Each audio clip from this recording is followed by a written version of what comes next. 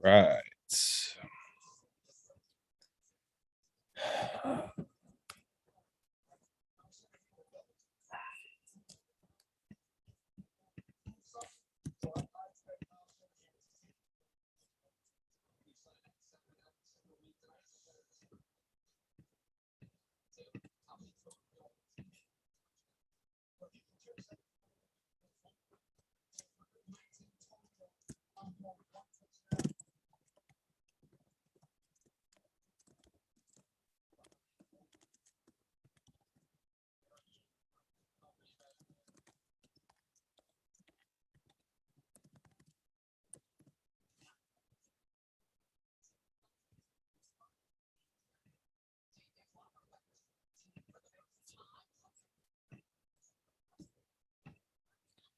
All right. Let's get this show on the road. All right. Welcome to Rock Vegas, everybody. This is Glen Rockney. Man, Raiders won 33-22, hosting the Eagles in the Allegiant Center, where they last time the Raiders were at the Allegiant Center, Allegiant Stadium. Last time they were there playing the Bears, pretty much it was a completely different team. It feels like forever ago. John Gruden running some of the worst offensive plays I've seen against the Bears, winning or losing a game to the Bears where it was one of the worst losses I had seen this team take in a long time. But everybody knows what happened with the emails after that, and everybody knows where we're at now. We have Rich Bisaccia as head coach, and the Raiders are 2-0 with him.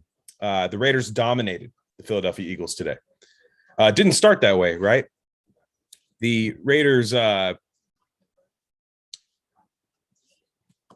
didn't start that way. They had tough time stopping the Eagles on that first drive.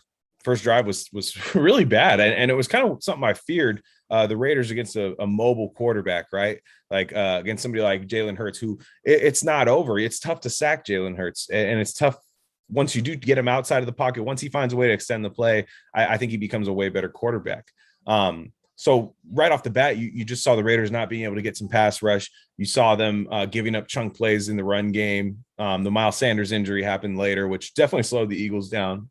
Ultimately, I think the Raiders made the adjustment on defense, which really helped them out. And that was to just really get up on those receivers tight, give up a little bit underneath, but stop the run. Kenneth Gainwell's a lot easier to stop. They got a couple turnovers on defense, especially in the red zone, getting a couple turnovers against I think what was it? Gainwell fumbled at the right on the Eagles' last possession of the half, where we weren't sure the Raiders were going to touch the ball, and we were hoping the Raiders would have a 14-7 lead at the half. Kenneth Gainwell fumbles, and the Raiders get a field goal, go up 2 scores when they get the ball in the second half. So a lot of these games that the Raiders have won and lost, that last possession before the half has been crucial.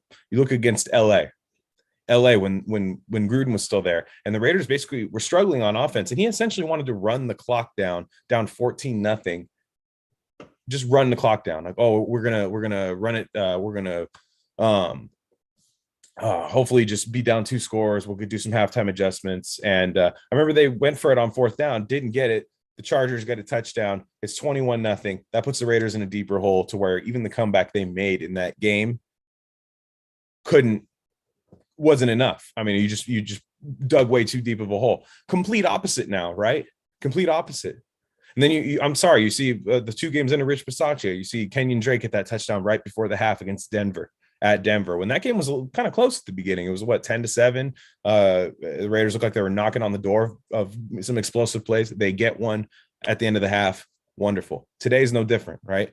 Today's no different. You get that fumble, you get the ball damn near in the red zone with 1.5 minutes left. They didn't get the touchdown, but they went up 2 scores, and I was fine with that because they got the ball back in the second half. Totally fine.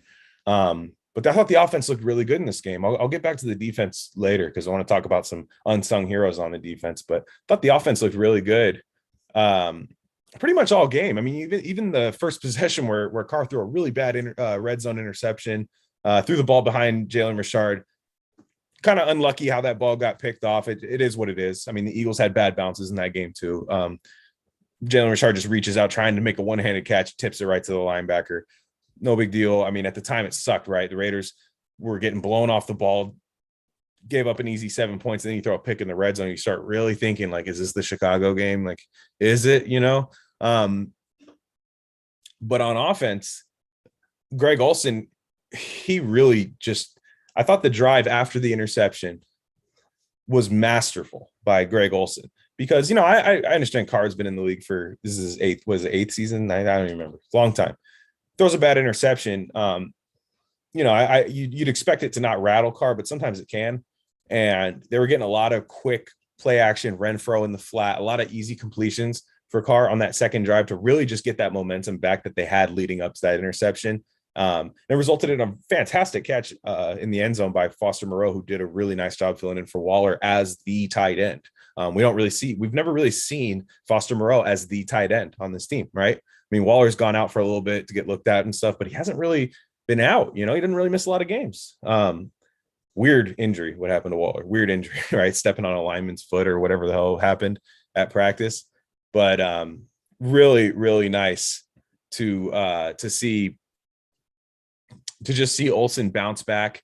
You notice the run game kind of comes back because Olsen's running some power, and it just seems like I can't call out from my living room that they're going to run the ball anymore like I could with Gruden. Hey, they're going to run the ball. They would run the ball 2-yard gain. Wow, genius. We're watching genius at work when that would happen. I don't want to make this all about the Gruden thing, but we are still in that window the first couple of games after Gruden. So it is, I do feel compelled to compare it to what we've seen the last 3.5 years from Gruden. And Olsen, what he's doing, I think he's spreading the ball out. He's not running the same 5 run plays that Gruden was doing. It just seems like there's more holes there. It seems like Kenyon Drake, right? I was writing that off as maybe one of the few bad acquisitions by the Raiders. After a while, I was like, man, this just isn't working. If you want to fix your run game, the worst thing you could do is sign a running back, right? It's always what a lot of people say. You sign O-lineman, you fix the O-line, then your run game gets fixed. But Raiders have Kenyon Drake. He's got 3 touchdowns in the last 2 games. And when they were running a lot more zone under Gruden, it seemed like Kenyon Drake just wasn't able to have the vision that he has under Olsen with the power runs. He seems like he's just hitting the hole perfectly. He's had 2 really nice rushing touchdowns the last couple of games. And so it's going to be something that we really, really look forward to from now on. I don't know what Jacob's injury is. I don't even know how did he get hurt? I'm not watching the press conferences. I'm sure the presser's going right now, so I'm sure that some of that's being explained. So if any of you guys are scrolling the timeline, let me know how did Jacobs actually get hurt? Well, it must have been a play before the touchdown because he didn't even get touched on the touchdown. They're saying it's a chest. Saying this is a Josh Jacobs fantasy owner, so just saying. A couple other things. Brian Edwards, really nice game from Brian Edwards today. A couple really nice catches. One on the Raiders' 96-yard drive where they really started getting in. I think when they went up, what was it, 14-7? That touchdown. Edwards had a really nice grab to get them out of their own 5-yard line, and just a lot of really nice plays. He took a lick in the end zone. Oh my gosh. On that play where Zay Jones did the super veteran rub route move to get Edwards open, but damn, Edwards took a shot and held onto the ball. Clearly with Waller out, one thing I noticed is that Ruggs definitely becomes the guy, the focal point of the defense, right? It's like all game. There was a play late in the game, and we don't, the broadcast angle, we don't see what the safeties are doing a lot of times, but the broadcast angle, you could see on the play to Alec Ingold late in the game where Carr did a play action and found Alec Ingold. I think he wanted Ruggs, but Ruggs was drawing everything from the defense on that play. And that's what Ruggs does. He's the X factor on this team. I'd say Waller is the best target, pass catcher on the team by far, but like Ruggs is the X factor. If you don't have Ruggs, that's when it gets a little scary because, you just don't have that threat down the field. You don't have anybody that can replace him there. But while he's here, it's just defenses don't know what they could do. And I thought Olsen did a magnificent job of using the cushion that Darius Slay was giving Ruggs early in the game. It was good. He would just 4-yard out. Like, here, I'm going to take that. You're going to give that to me. I'm going to take that. And I'm gushing over Greg Olsen right now because you're seeing early throws to running backs. There was one to Jalen Richard in the flat. First read. You could tell it was the first read Carr saw. Boom, Jalen Richard, 10 yards on first down. Easy money. And we had been yelling that as Raider Nation, right? Any Rock Vegas listeners, we had been yelling that, like, it's there, take it. Use your running backs in the pass game on first down. Running backs do matter when they catch the ball, I think. You know what I mean? Like, they do matter. So let's see. I'm looking at the chat here. Who would have thought Olsen could fix the Drake issue? Like I said, Marcus Johnson had said that they're going to run more power under Olsen, and that's what Drake was running at his best. And that's what we're seeing. And let's talk about the offensive line. So somebody's mentioning the offensive line. Shout out Dylan. He's saying that the offensive line's playing a little bit better. I think so too. I think so too. And I think that I do think today Olsen worked the short game a little bit better. I think he had the pass rush in his mind because Josh Sweat won early a few times on Parker, which a lot of people listening here could win early against Parker, but it's just, that's something we're dealing with. Maybe DJ Fluker comes in. Hopefully John Simpson's not too injured because that didn't look good. Went down twice in this game. You don't want to keep having to play musical chairs, but it is the NFL. No O-line stays healthy all year. And the O-line in the run game, it just seems like they were getting downfield better on run plays. I think you saw some of the athleticism of some of these guys that you weren't seeing under Gruden. And I think just the predictability of, or lack thereof, of Olsen's play calling really helps this team because it's like, maybe they can't load the box against you. Maybe, on first down, they're not sitting on a run every single game. I wasn't charting the game, but I saw a lot more first down passes than I did normally on Raider teams that really keep this defense honest. You pass to set up the run in 2021, unless you have Derrick Henry or just one of those insane, like the Browns run game. Typically you pass to set up the run, especially with the run game that the Raiders have had this year. Losing Jacobs kind of sucked later in the game because you really wanted him to be in there, being the bruiser to put away the game. And then let's try to see what else on offense I was missing. It seemed like they just look better. Everybody looks better on this team now that Gruden's gone. Anybody who's been listening to the show for a long time, they know I criticize Gruden a lot. Some people didn't like that I do. But here's the thing, like, first off, I'm right. And a lot of people knew that. I think a lot of people knew that it was right to say Gruden is the problem. The problem is like with that 10-year deal, we're like, dude, stop saying something's a problem when we can't fix it. Right. It's like, if you have no money, right, and your refrigerator's broken and you're just buying ice chests every week and everybody's like, man, if only we had a fucking working fridge. And it's like, yeah, do you have working fridge money? No, you don't have that, so stop bringing it up. I understand why people got frustrated with that. But now that you see that somehow a miracle, brand new fridge, damn near smart fridge with Bluetooth technology and one of those ones that can do an Amazon Prime order, fell into your lap because of some weird circumstances. And that fridge is Greg Olsen and just Gruden being gone. It's a metaphor. Learn what that means. Look it up. Now that the Raiders have that, you see how bad Gruden was. And you see that this team just looks happier. They look happier. And it didn't, like, you see during the week, you see Henry Ruggs like making funny faces outside of Carr's press conferences. It's like, was Gruden running a military school? Like, I remember Malcolm in the Middle. I don't know how old people are, but Malcolm in the Middle, the old show where Francis, the oldest brother, was in military school. And there was a guy named Lieutenant Spangler. And he was like this big dickhead guy that was like kind of charismatic and funny. When the parents would come in, he would say all these funny jokes. And it seemed like that's how Gruden was. I don't know how obscure that reference is, but it seems like it just seems like they're having fun. And I think they've been drafting some really good athletes lately. And I think athletes that are good football players, when they're having fun and when they're happy, it's not rocket science. They're just better when that happens, when they like the environment that they're in. So, let's go to the defensive side of the ball. Because today, I found it interesting that people think that the Raiders took their foot off the gas. in the fourth quarter. I'm scrolling Twitter and they're taking the foot off the gas.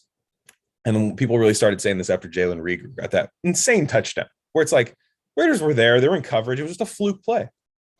They give up a fluke play. 4 people jumped up for a ball at once. One of them was an Eagles player. 3 of them were Raiders players. One guy comes down with it and goes. I don't think that was a take your foot off the gas. It was just a crazy play by Jalen Hurts. That's Jalen Hurts' game. He's going to have like 5 or 6 miracle plays a game. The problem is for the Eagles, I should say, the good thing for the Raiders is that the Raiders did a good job taking away his on-schedule plays. His on-schedule plays, they did a good job. And one of those guys is Brendan Faison. I hope I'm saying his name correctly because he's going to be a guy I hope that we excuse me just for a second. I hope that he's a guy just getting a text here. Give me. Yeah, he's a guy that I hope stays around for a long time, and I don't see why he wouldn't. Because when you get Trayvon Mullen back and you have Faison, who just looks like he can play the ball. I hate to crown a guy after a couple good games, but he plays the ball extremely well. This guy makes plays. He's big, he's fast, he's strong. Looks like he's smart enough to play the position. And I just think he when Mullen comes back, if that's your third corner, and maybe you hold on to Trufant. We'll see how the film guys say Trufant did this week, but I didn't really notice him all that much. He was wearing number 10, which something I'll never get used to is a corner wearing number 10. But that's fine. College football, sure. And Faison really, really liked what he did. Made some good tackles. He just looks like he's comfortable in that scheme. Thought it was a really nice roster move. And to bring him in. And I think the last 2 games, he makes a huge difference because you don't have to play, guys. I mean, I guess I should say you do have to play guys off the street. The guys off the street are good. I don't even know what my point is there, to be quite honest. Faison's just really good. It's a great find. And Keyshawn Nixon's the guy you don't have to play, which I don't think a lot of us want to see on the field. And I love this. Dylan's asking some great questions and making some good points today. He says, is Faison the new Amerson? Remember David Amerson? Remember how electric that was for like 7 games? We got him like a new contract. Remember he had the pick 6 against Kansas City. He hit Geno Smith into a new planet one time. I don't know. Is he the new David Amerson? Well, I hope he's better, but I do like that year David Amerson really added something to that secondary. The thing is like, this secondary is better than the one David Amerson walked into. David Amerson was like the only good player in that secondary that year. You know what I mean? Was it DJ Hayden and him? And this is a lot better. And, I think even the Raiders didn't buy it. BD Williams made a really good point. Like they bring in Trufant after Faison has a really nice game. And it was almost seemed like a competition thing, right? We don't know how long Mullen's going to be out for. I mean, it's at least a 3-week IR, but hopefully he's back, after the bye. You'd hope, or just even for the Kansas City game, you hope you can get him back. But I really like the secondary. I like it a lot. I think Merrick's good. I think Abrams playing solid football. I mean, he's not a liability, and that's really the best we can ask from out of Jonathan Abram right now. And it's a good point in the chat. People are saying, you don't see Hayward. Hayward's one of those guys. He's a little bit older. He's going to be hobbling off the field from time to time. And we're gonna have to deal with that. Guys get hurt a lot. I'm noticing in the NFL now, every deep ball I see somebody gets hurt on. It seems like on the sideline, whenever somebody hits the ground, either the corner or the receiver's hurt. Not even if it's not out of the game, they're just hurt. Wind knocked out of them, landed weird. Just the way these guys, how athletic these guys and fast these guys are now. They hit the ground twice as hard as guys did in the past, I think. So, but this is a good team. I'm on defense. I will say this: PFF. I listen to PFF. I value PFF. Sometimes those guys don't know what the fuck they're talking about.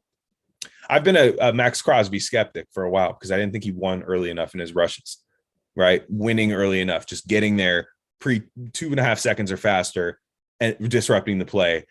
I was kind of seeing him waiting for the coverage to hold up, beating him with like a secondary or tertiary move, and then boom, getting into the backfield, making a hustle play, and that which was fine. I never said Max was a bad player. I just wasn't sure he was this guy. Now I realize Max Crosby. Oh, the PFF was saying they got to see him go against somebody good. Oh, they've only been going against bad tackles and the worst tackles in the league. And I'm not saying he's gone against good tackles. I'm not here to make cases for those guys, but he beat a good tackle today, right? He beat a good tackle today. I think he was going up against Lane Johnson. Lane Johnson's been dealing with some mental health stuff. I can't imagine the mental health got better after today, personally. But Max Crosby definitely. Thank you for the Malcolm in the Middle. I was with somebody in the chat. Please verify that I'm not insane by that. Thank you, Will. Appreciate that. But yeah, Max Crosby really did well against Lane Johnson today. And the man who I think might be facing prison time for what he did to his blocker or who he was rushing against was Yannick Ngakoue, destroying Jordan. I don't know how to say his last name. Jordan Maiafa or something. I can't Matafa, something like that. Guy, this is a good tackle in this league. Eagles just paid him. This is a good tackle, but that man could not handle Yannick's speed around the edge. Yannick was on that snap count. The tape don't lie, guys called it. He said maybe Jalen Hurts tips it when he leans forward for the snap, and Yannick's going to just jump that edge rush. They said he'd get a couple offsides. He did not get an offsides today, so he was doing that and didn't get the offsides to go with it. And Yannick is just a smart defensive end. He is so smart. He's relentless. And him and Crosby, man, they've just been fantastic for this team with Jefferson doing a really nice job in the middle. They've had 3 or 4 defensive tackles show out. They have a nice rotation. That's what Gus Bradley wanted for this defensive line, is a nice rotation of guys, about 8 guys or however many you keep that really can move the needle. And you know, it's true. They're winning. I mean, they're winning against their assignments. So even if you were a skeptic on the Raiders pass rush, which I'm not, I've come to realize that I think that I think this defense is good. I think it's good. And people forget about Nicholas Morrow coming back, right? And I know that doesn't necessarily help the defensive line directly, although you could argue his coverage skills will, but they're going to get healthier with Mullen and Morrow coming up. I hopefully we don't know what the case is with Nicholas Morrow, but he wasn't on the full season IR, so you'd have to think at least the Raiders think he's coming back this year. But yes, Yannick, Max, Quentin Jefferson, all great today. I mean, really good. And they went against a tough quarterback to bring down and a tough offensive line. It's the best offensive line they've gone against, and it looked just as good as last week, in my opinion. It looked just as good. Jalen Hurts just has way more wiggle and juice than Teddy Bridgewater in getting out of the pocket. So, let's do a heat check. Last thing before I go, a heat check here on the Raiders. How good are they? I think this is a really good team. I want the Chargers again. Bring me the Chargers again. I want to face them again with this. They have a bye week, and then they're going to the New York Giants, which it's not easy going to the East Coast, but I'll take that as off my bye week. I don't think they're not going to be hurting going into the East Coast. They're going to be rested, refreshed, and going there. And I'm also wondering because part of the East Coast thing is playing early in the day, right? Like that early in the day time zone thing. I think one of the interesting things, and I'm wondering if anybody can verify this for me, is maybe those early starts because of the heat in Vegas. Maybe that comes in and helps them on the East Coast. They were practicing at like 7 a.m. in training camp and stuff. Like it was early. So maybe these guys are just ready to go. And yep. And Rolling Dubs, shout out. Yeah, hit the thumbs up, guys. Subscribe to the channel. This is a sports channel, so subscribe to it if you don't already. Appreciate you guys. But yeah, I think this team's good. We're very close to that point of no return for the Raiders, like that 6-4, week 10 thing. But I hope the Raiders are a better team than the Kansas City Chiefs right now. They're better. Now, Patrick Mahomes not playing well right now. I understand he's one of maybe the best player in the league. Oh, sure, whatever, no problem. We'll admit that for now. They're better than the Chiefs right now. They're more well-rounded. They're playing really good defense. This defense is taking people by surprise. You cannot hit big plays on this defense. Occasionally, the biggest play you can hit on this defense is like a tight end drag route where the quarterback scrambles and you get like 20, 25 yards. In the past, dude, the Raiders used to give up these insane like 96-yard touchdowns. backbreakers. And they don't do that. So when the offense starts slow, the defense keeps them in the game. And then when the offense kicks it into overdrive, the defense creates a turnover. We saw that today. I was more impressed with this win than I was with the Denver win. Now, the Denver win had some, oh, wow, how are they going to look? This is a crazy week for them in the media. But damn, man, these guys today, like, I thought they just looked like a way better team. They did not play down to their competition. And I don't think they took their foot off the gas. They were up 28-7. They were up by double digits. They won by double digits. It's fine. It's fine. I was not worried at the end of that game. I was not like, oh, man, only up 8. No, it's fine. Did a good job recovering onside kicks, unlike last week. And I really enjoy this. I really enjoy this team this year. I think they just play with a lot of heart. I think there's a lot of athleticism. I think their offseason was fantastic with the people they brought in to help. I mean, these guys that aren't making any money, Solomon Thomas. I mean, Yannick Ngakoue is not even making as much money. He's out producing pressure-wise, and now he's getting sacks, which pressure always ends up leading to sacks. So people who are saying Yannick needs to get sacks, no, dude. He's going to. If he wins against the person he's blocking, the sacks will be there. You just need hurries, pressure. So, yeah, just another DJ in the comment says, defense worries me when they play smart QBs like Burrow and Herbert. Yeah, I mean, look, two good teams. Jamar Chase, it's going to be a tough go. I mean, yeah. And those are just really good quarterbacks. Now, I will say the Raiders have a really good quarterback right now. He's playing really well. And I think under the 2 games I've seen with Greg Olson and whoever else is helping calling the plays, I'm ready to go against anybody, personally. I thought they were winning in spite of Gruden. Now they're winning because Gruden's not there, and it's addition by subtraction, in my opinion. And guys are happy. Guys seem happy to go to their job. And I'm happy watching them. I don't dread the games anymore. Today, I was like feeling a little nervous when Waller went out. I was like, ooh, okay, because the Eagles are a pesky bad team. They're not a bad team. They're a pesky bad team. And the Raiders didn't look good at home last time. And I was, there's a lot of things, but I wasn't nervous. Like, oh, okay, here comes the game. Just butterflies. I was like, no, I'm like, here comes the game. I want to see these guys go out and play and win. And it's just really fun to watch them get better every week. So that's it for me today, guys.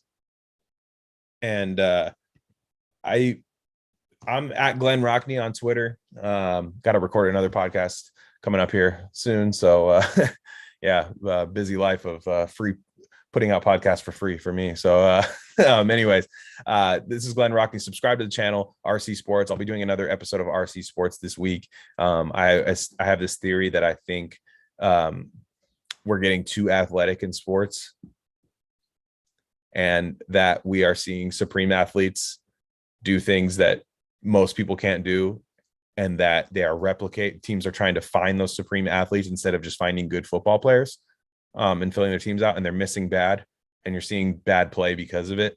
And so you're seeing guys like Patrick Mahomes and Steph Curry almost ruin the league. That's my theory. And I'm going to do that this week. So yeah.